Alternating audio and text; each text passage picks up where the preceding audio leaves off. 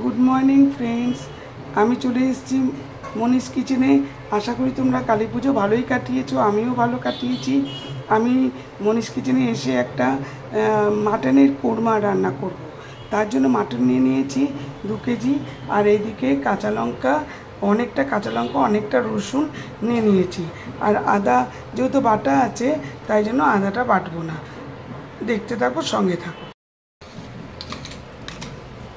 এর মধ্যে কাঁচা লঙ্কা আর রসুন বাটাটা দিয়ে দিলাম, আর দেব এই আদা বাটাটা দিয়ে দিলাম, একটু বেশি দিলাম আদা বাটাটা। এবার এক এক করে দিচ্ছি। এবার এর মধ্যে ধনে না, এটা হচ্ছে জিরের গুঁড়ো দিলাম। এবার দেব ধনে গুঁড়ো,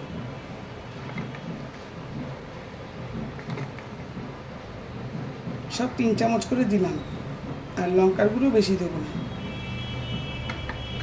আর হলুদ গুঁড়ো 1 চামচ ভর্তি দিলাম, নুন স্বাদ মতো দিলাম।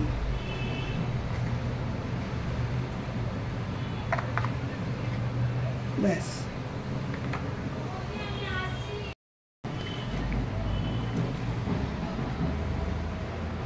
এই পেঁয়াজ কুচিটা দিয়ে, কিছুটা পেঁয়াজ কুচি দিয়ে আমি এটা মাখাচ্ছি।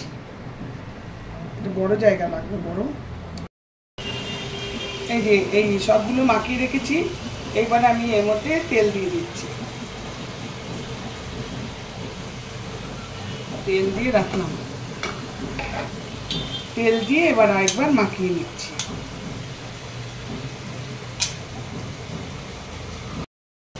এই ম্যারিনেট করে রাখছি, এটা আমি পরে রান্না করছি।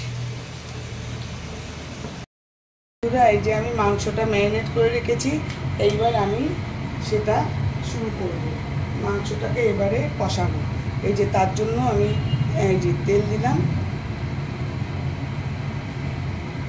তেলের মধ্যে পেঁয়াজ ভাজবো।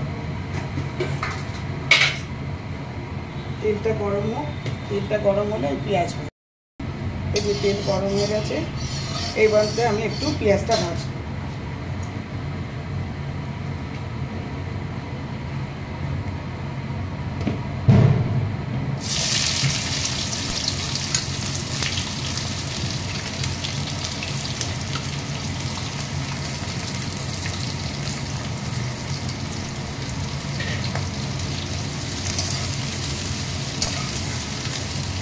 পেঁয়াজ ভাজা হয়ে গেছে, এর মধ্যে 2টো আমি বড় এলাচ দিয়ে দিলাম। তার মধ্যে কটা সবুজ এলাচ দিয়ে দিলাম, ছোটো এলাচ, সবুজ এলাচ দিয়ে দিলাম, আর একটু দারচিনি আর লবঙ্গ দিয়ে দিলাম। এটা আমি দিইনি, এটা ইচ্ছে করেই পরে দিচ্ছি। এটা একটু এর মধ্যে ভেজে নেব।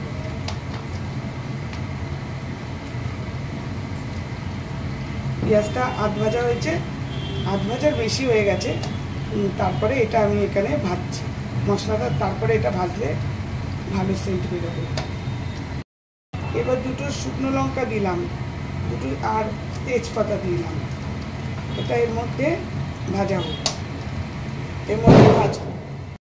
একটু সামান্য চিনি দিচ্ছি, অনেকটা টমেটো পেস্ট করবে তাই জন্য একটু সামান্য চিনি দিলাম তেলের মধ্যে দিলে একটু রঙটা খুব ভালো আসবে।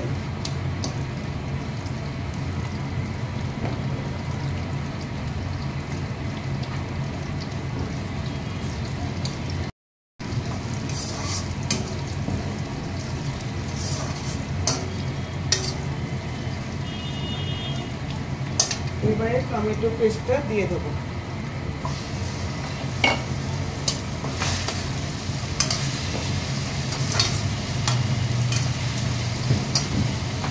ভালো করে কষাতে হবে।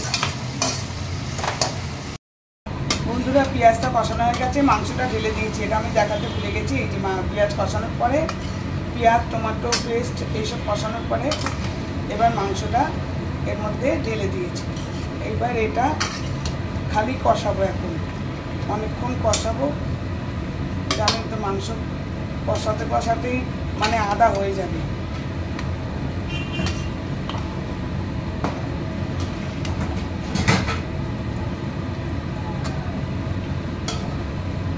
মাংস কষাচ্ছি। বন্ধুরা, আমার মাংস কষানো হয়ে গেছে। এইবার আমি প্রেশার কুকারে ঢেলে দিয়েছি। প্রেশার কুকারে মাংসটা এই দেখো হয়ে গেছে, এই ফুটছে, এই দেখো পুরো মাংস হয়ে গেছে। দেখো মাংস পুরো নরম হয়ে গেছে, মাংস পুরো কালো রং ধরে গেছে, ভীষণ সুন্দর হয়েছে। খেতেও খুব ভীষণ ভালো ছিল, মাংস ভীষণ নরম হয়েছিল, ভীষণ সুন্দর হয়েছিল খেতে। বন্ধুরা, আমার মাংস রান্না দেখলে আশা করি তোমাদের ভালোই লেগেছে। ভালো লাগলে লাইক, শেয়ার, কমেন্টস করবে, ফলো অবশ্যই করবে। Thank you for watching. আমি শীঘ্রই আসছি আরেকটি ব্লগ নিয়ে।